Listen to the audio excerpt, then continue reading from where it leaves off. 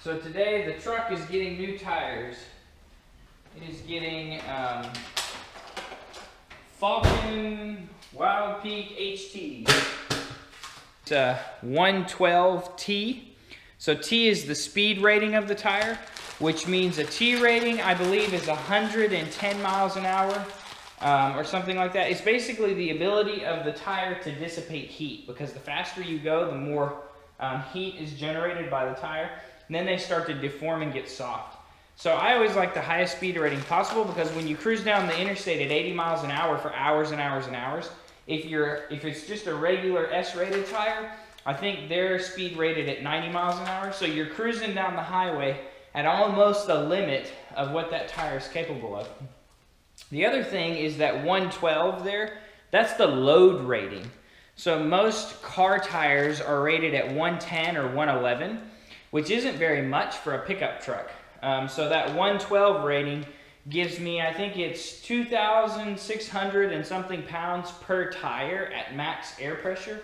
And the max air pressure on these is, I think, 44 PSI.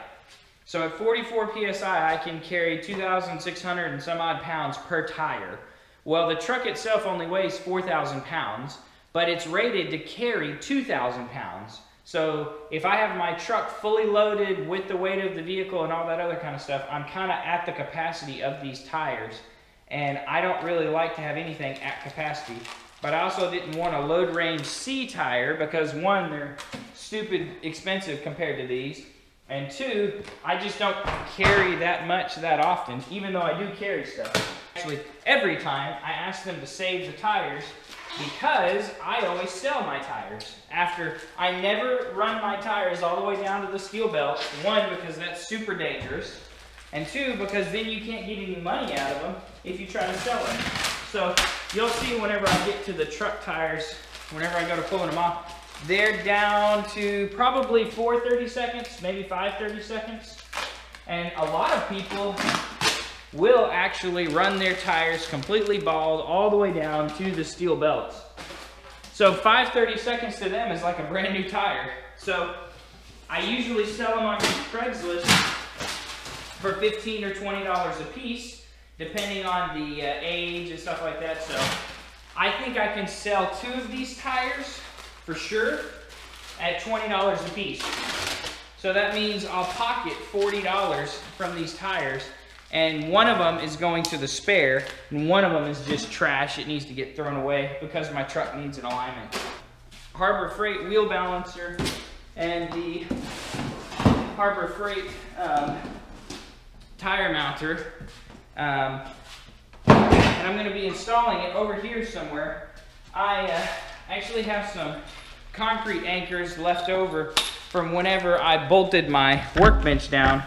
You see right there, I actually bolted it down to the ground because I was sick of that thing. I would go to wrench it on the vise and the table would be moving all over the place. So I've got 1/2-inch concrete anchor bolts in there, and I've still got my trusty Harbor Freight hammer drill from whenever I installed the lift, and it still works great. I mean, that thing makes short work of this kind of stuff. So I'm gonna put this thing together real quick and then try to figure out where I want to place it. I cleaned out this corner of the garage because I'm going to put it over there, and I don't know whether it's going to be a permanent addition or whether I'm going to use it to mount these on the truck and then take it out and put it somewhere else, put it up in the attic or something like that. I don't know. But now that I have it, it'll be really useful. I'll find reasons to use it, I'm sure.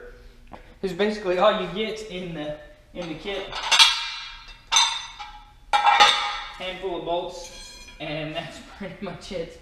I've seen a whole bunch of videos where people have used this thing to try to put their tire back on, and they use it like this to try to put the tire on, and they're like, oh, this stupid thing doesn't work. It's because you hook this on the rim and then work it around. I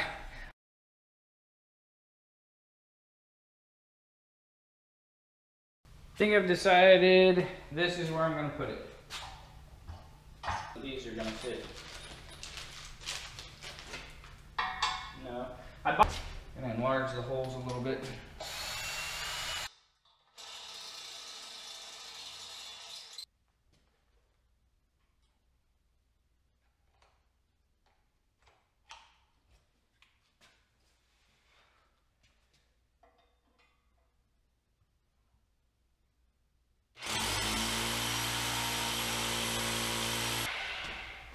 that's how thick our slab is, right there.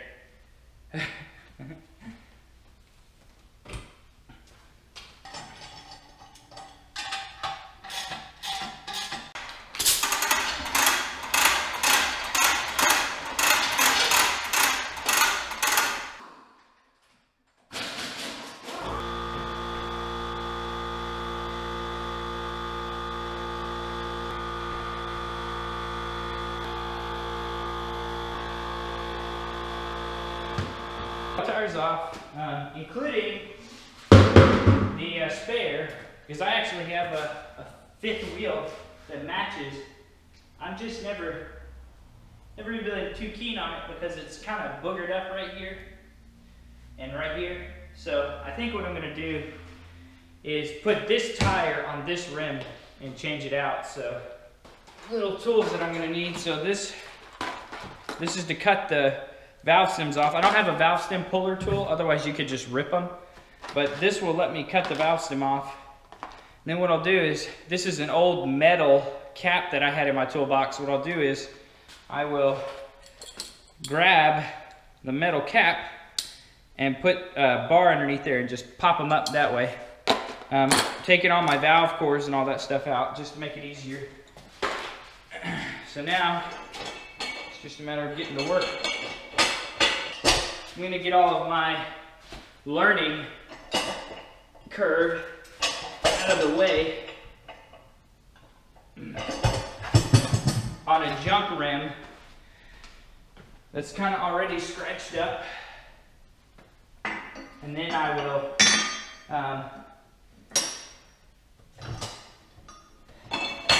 cut a piece of this tire off to put right here to keep from scratching my other rims that are actually nice.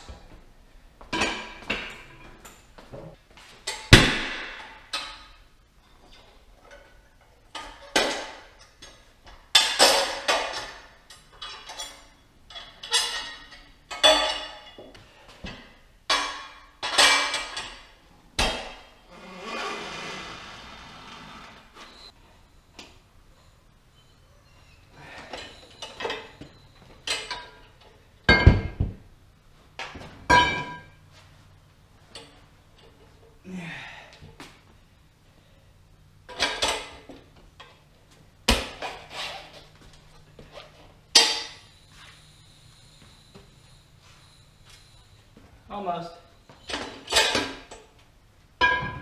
One more round.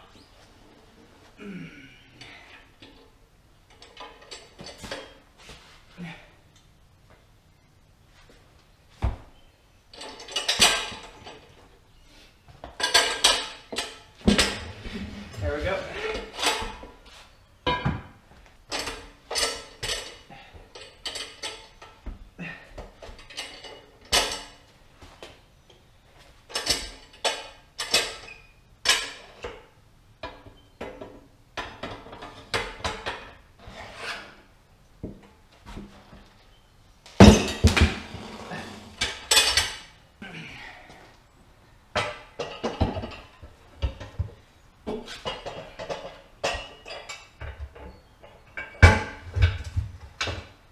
All right.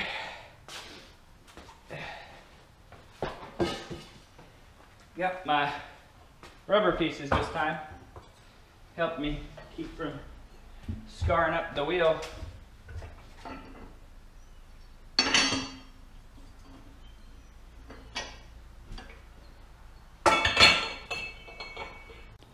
Okay, I started to work on another rim and I realized it still has the wheel weights on it.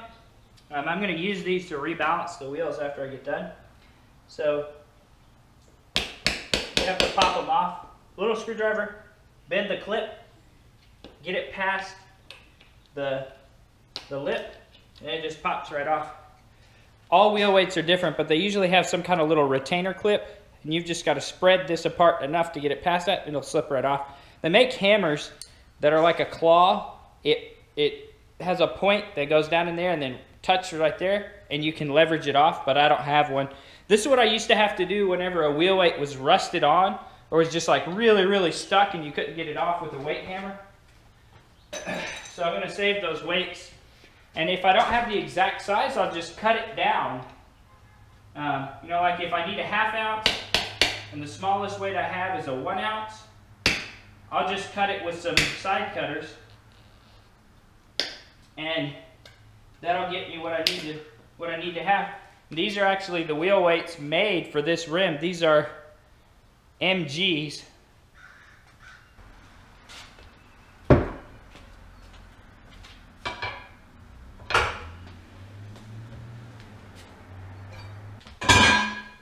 Really, really soapy water.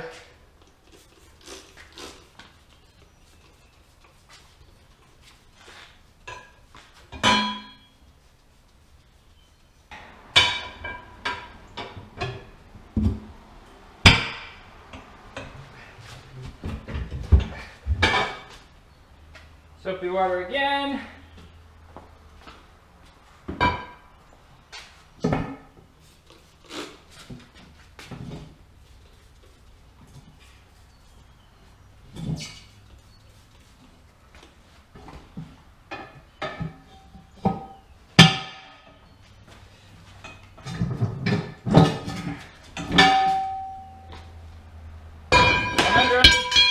Don't underestimate the pull.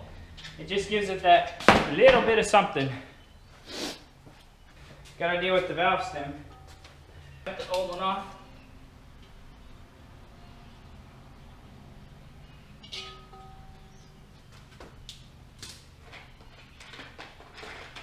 Get the new one.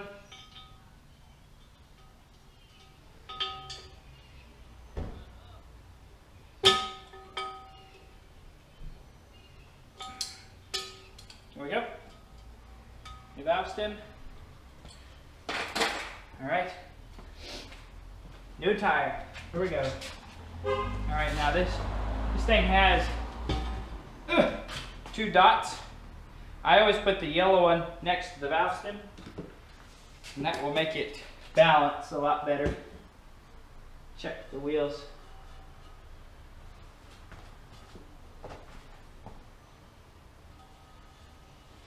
Yeah, there's no corrosion. They're fine. So lots and lots of lube.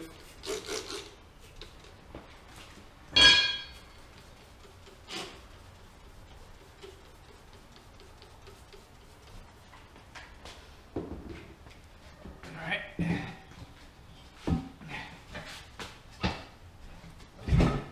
They almost always just fall on like that whenever you're doing the bottom bead.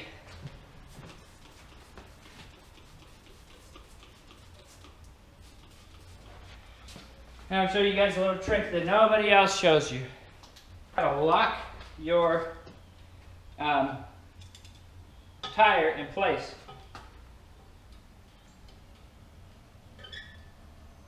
There we go. You gotta have something to stop the tire from spinning. And then you have to use the hook. That hook goes here. Like that. There we go. Now that this is locked in place, the bead's already starting to seat. You can take that off.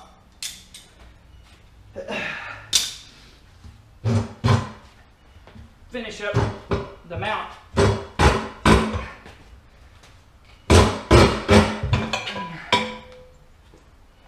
Get my vice grips. I'm going to clamp it over here. Oh man.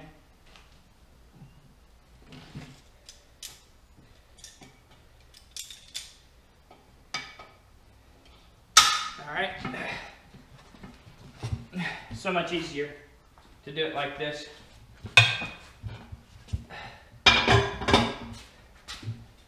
One, two. There you go. Done. You probably can't do every tire like that, but I'd be willing to bet you a lot of them you could. Now, the air up trick. I didn't lube this one up as much as I have the other ones.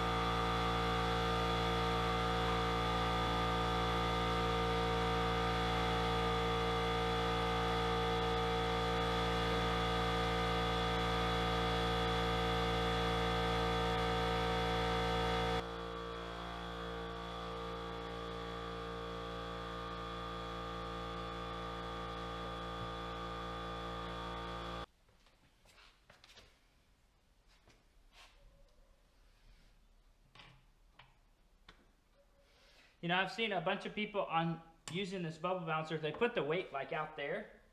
What they don't realize is that actually has more leverage than here, where you're actually going to put the wheel weight.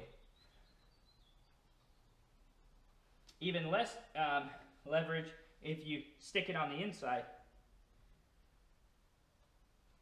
Just about perfect right there. There we go. And then take my hammer.